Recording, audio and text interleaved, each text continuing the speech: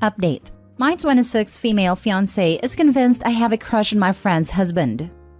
Original post. My best friend Sarah, 26 female, and her husband Matt, 28 male, have put me in a very difficult position with my fiancé Jack, 30 male. I knew Matt since my childhood. He was my neighbor and we were friendly. Sarah and I were roommates in college and became close friends. When I introduced Sarah and Matt, they hit it off and started dating each other. I was happy to see two of my friends get together, but also annoyed that I became the third wheel, and I was often ignored or set aside because they were so into each other. By the time I graduated, Matt had completely dropped me as a friend. That saddened me, but I was still good friends with Sarah, so it was what it was. Sarah and I would frequently hang out, but I never talked with Matt other than the occasional polite hellos. Sarah would sometimes try to do couples dates with her and Matt would meet my dates. And I found that Matt had developed an unpleasant personality and would frequently be rude and condescending towards me. However, he's a very devoted and loving husband to Sarah, so for her sake I ignored him.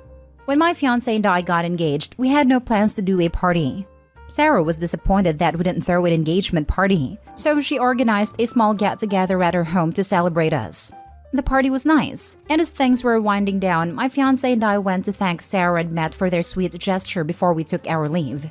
Matt was pretty tipsy by then, and out of nowhere he suddenly hugged me, and in front of my fiancé said that he was so glad that I was finally settling down, that he is relieved that now I'll be over the crush I had on him. I was shocked and told him that wasn't true. He just laughed and told Jack that I was always chasing him, and he had to work hard to keep me away. I dragged Sarah in and asked her to please fix this mess. And she was all like, "Oh, he's drunk. Ignore him." And says, "You know I always trust you. I know you wouldn't act on your crush." Jack was pretty angry by this point, and he walked out. I ran after him and tried explaining that this isn't true, but he told me he doesn't want to be anyone's second choice or their backup plan. Since that night, he isn't talking to me or returning my calls. I've talked to Sarah multiple times to clear things with Jack, but she's brushing me off. I don't understand why they believe this or why she'd stay friends with me if she thought I was into her husband. I was in her wedding party and did all the work because her sister, who was the maid of honor, was too busy. I have helped her through her pregnancy and have babysat her kids so many times. She never gave me any indication she thought this. And why would she want me close to her family if she believed this? I feel humiliated that these people think I was pining away for a jerk like Matt. I need help in convincing Jack that this isn't true.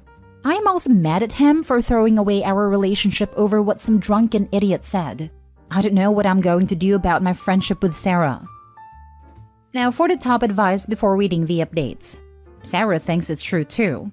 She was confident in her relationship and didn't see it as an issue, but I'm pretty sure she thought it as well. That's why she's brushing you off, because she agrees with him. For Matt to mess up your relationship that relieves him of the responsibility of thinking you have a crush on him is irony of the highest level. He's a prick to say that in front of Jack. Point out to her that her husband messed up your relationship, and you expect them to do something about it or you're through with them. I have no idea how to heal this with Jack. He likely won't listen unless he comes to his senses when he comes down. The issue is whether he'll communicate with you at all. But if he does, go full guns to how ridiculous it is that you got them together and would have never done that if you were after him yourself. Meanwhile, drop all contact with Sarah and Matt. They're just messing with your life, and they sound pretty smug and nasty to me. It sounds to me like Sarah thought it first, and when she told Matt he felt uncomfortable and that is why his behavior towards her changed all those years ago. And send a message to both Sarah and Matt saying how disappointed you are in them both, and that they have caused problems by saying something that isn't true. And then I'd screenshot it and send it to Jack. Then give him some space to process. Block Sarah and Matt. Good luck, OP. I think it's more what Sarah said that set Jack off. Friends usually know each other's secrets, so Sarah co-signing what Matt said holds more weight than if she had disagreed. Also, it's possible that Matt has made slick comments like this to Jack behind your back. Yes, I think this is right. I am trying to get Sarah to talk to Jack and deny this, but she's not doing that. I don't understand why she won't do this for me. Matt has probably lied to Sarah the same way he lied to Jack. Unless you can get Matt to confess, the best you can do is sit Sarah and Jack down. Make it clear you're committed to Jack, loyal to Sarah, and have zero feelings for Matt. Sarah and Matt are people you do not want in your life. If your fiancé is this insecure, I suggest you take a step back. Send him his ring and tell him that you will wait until he decides to believe the woman he claims to love. He also seems like a jerk by refusing to communicate. I do not see a great marriage if this is how he resolves conflict. I am quite desperate to not lose Jack, but I am also angry about his actions here. Don't care about Matt, but Sarah's lack of care is heartbreaking to me. First update. I talked to Sarah again and asked her first of all why she'd think I had a crush on Matt. She said that when I first introduced them, I had talked up Matt and gushed about him, and she took that as me being into him. I said I was fond of him since I've known him for a long time, but that doesn't mean I want to be with him. She said when they started dating, I was often upset about it. I said I wasn't upset about their dating. I was upset that she'd make plans with me and then leave me to be with him. And when we were all together, I didn't enjoy being the third wheel while they ignored me. That had nothing to do with wanting him and more to not liking being left out of my best friend. I asked her why she hadn't said anything before, and she explained that she could manage the situation. She had asked Matt to stop talking to me completely, and she engineered situations so there was little chance of us socializing with each other. I asked her now that I have explained that I never had a crush on Matt. Can you please talk to Jack and tell him? She said she didn't want to lie. This frustrated me immensely. She could ignore this imaginary crush for years and manipulate me, but won't talk to my fiancé to help my relationship. I told her I was done being her friend. Thinking back, I was always doing stuff for her and she used me but did little for me. Now for the second update. I wrote a long letter to Jack explaining the entire history of my relationship with Sarah and Matt with the recent screen caps. I asserted as best as I could that I had never pined after any guy, and I loved him and he was my only choice. After days of silence, Jack agreed to talk to me. We met and he said that he sees two ways of interpreting the situation. 1. Matt and Sarah are right and he doesn't want to be my second choice. 2. They are malicious people who are messing with me and that shows very poor judgment on my part that I'd have a best friend like this, and he doesn't want that quality in a life partner. Either possibility leads to the same conclusion, that he wants to call off the engagement. He reminded me that I had represented Sarah as one of the most important people in my life, that I'd jump up and help her all the time. I had once canceled plans with him to take care of her kid when the baby was sick. It had irked him, but he had seen it as me being caring and nice, but now he's seeing all that in a different light. I cried and begged him to not end our engagement, but he wanted a break for a while. I thought over what he said for a few days, and came to realize that he was right. I was a clingy friend and a doormat. I never even saw how much one-sided my friendship with Sarah was. I was a doormat with Jack too. I didn't want to get married or have kids this early but agreed to his timelines. I gave up exciting job opportunity with more money because he didn't want me traveling for work. I love him but I need to fix myself and be stronger. I gave back his ring and ended things. I returned all the gifts he gave too. He was offended by that but I didn't feel good about keeping the very expensive things he had given me. He makes a lot more than me and was very generous with what he gave me, but I can't keep that now. Sarah was quiet for a while, but then started calling me. I ignored a lot of her calls. But this morning I answered her call and told her about a breakup. I was looking for sympathy from my old friend, but she was more interested in knowing if I was still going to watch her kid while she and Matt went on an overnight trip. She got pretty angry when I said no. I have blocked her now. I've lost my fiancé, my best friend, and my relationship with my nephew whom I adored, all in one go. But still, I am thankful for the comments that showed this wasn't something I could fix and helped me rip off the band-aid and walk away from this mess. Damn, Sarah's such an awful person. People are also glossing over the fact that apparently Sarah thought Opie had a huge crush on Matt before she and Matt had even met. So from Sarah's point of view, her bestie gushes about some guy she's known for ages and has a crush on. Sarah then continues to date the guy her friend is crushing on, and then purposefully destroys their decade-long friendship because she's uncomfortable with Opie's crush. Maybe if you can't handle your friend having a crush on your partner, don't pursue someone you know your friend has a crush on. This is Friendship 101. Don't go after the guys/girls that your friends like. If you do decide to do so, then don't have the nerve to then get upset about it as if it's anyone's fault but your own.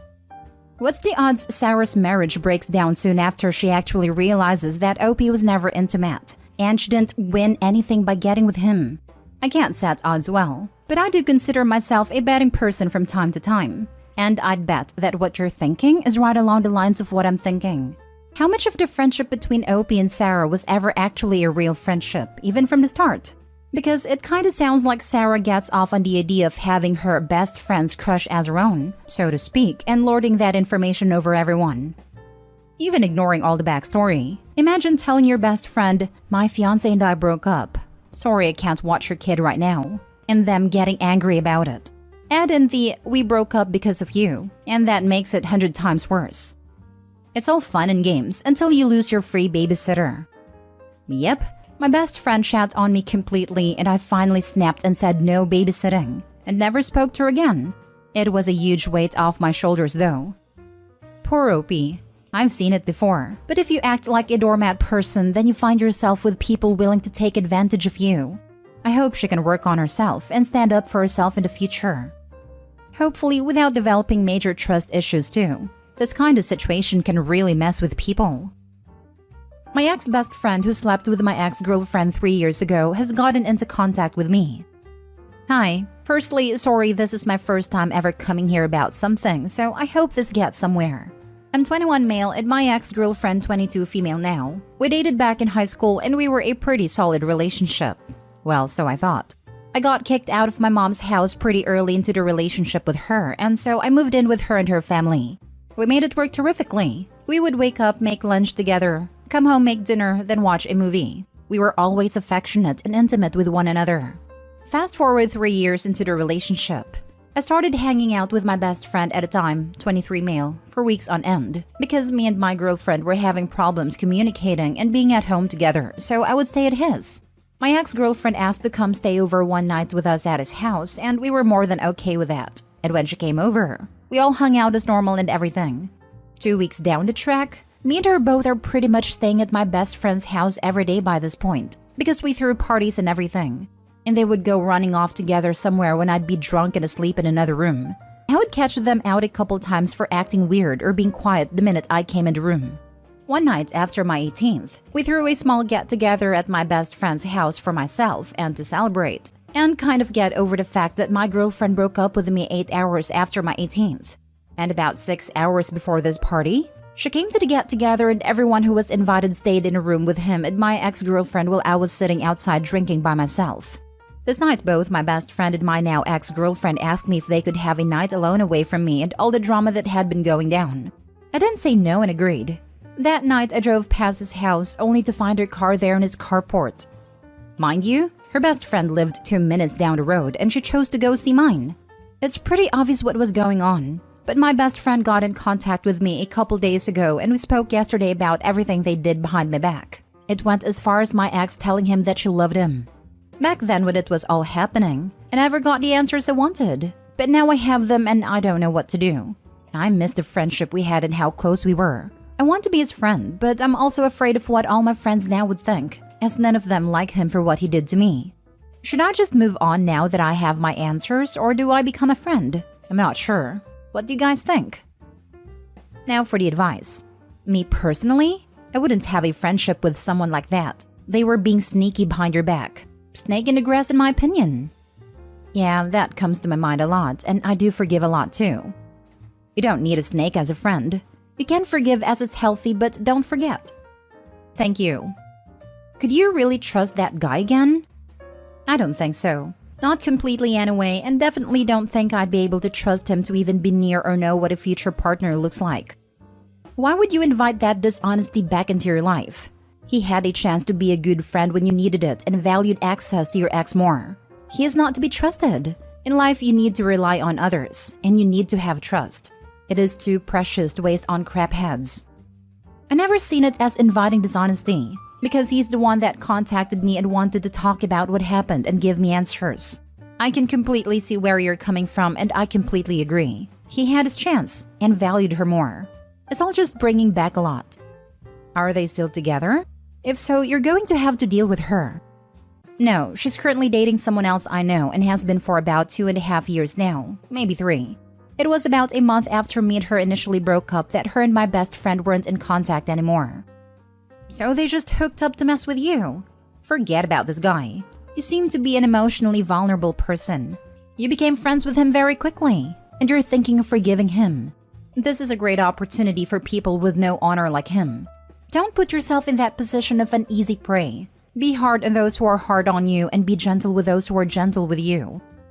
The someone else you know wasn't another ex-friend, was it? It was.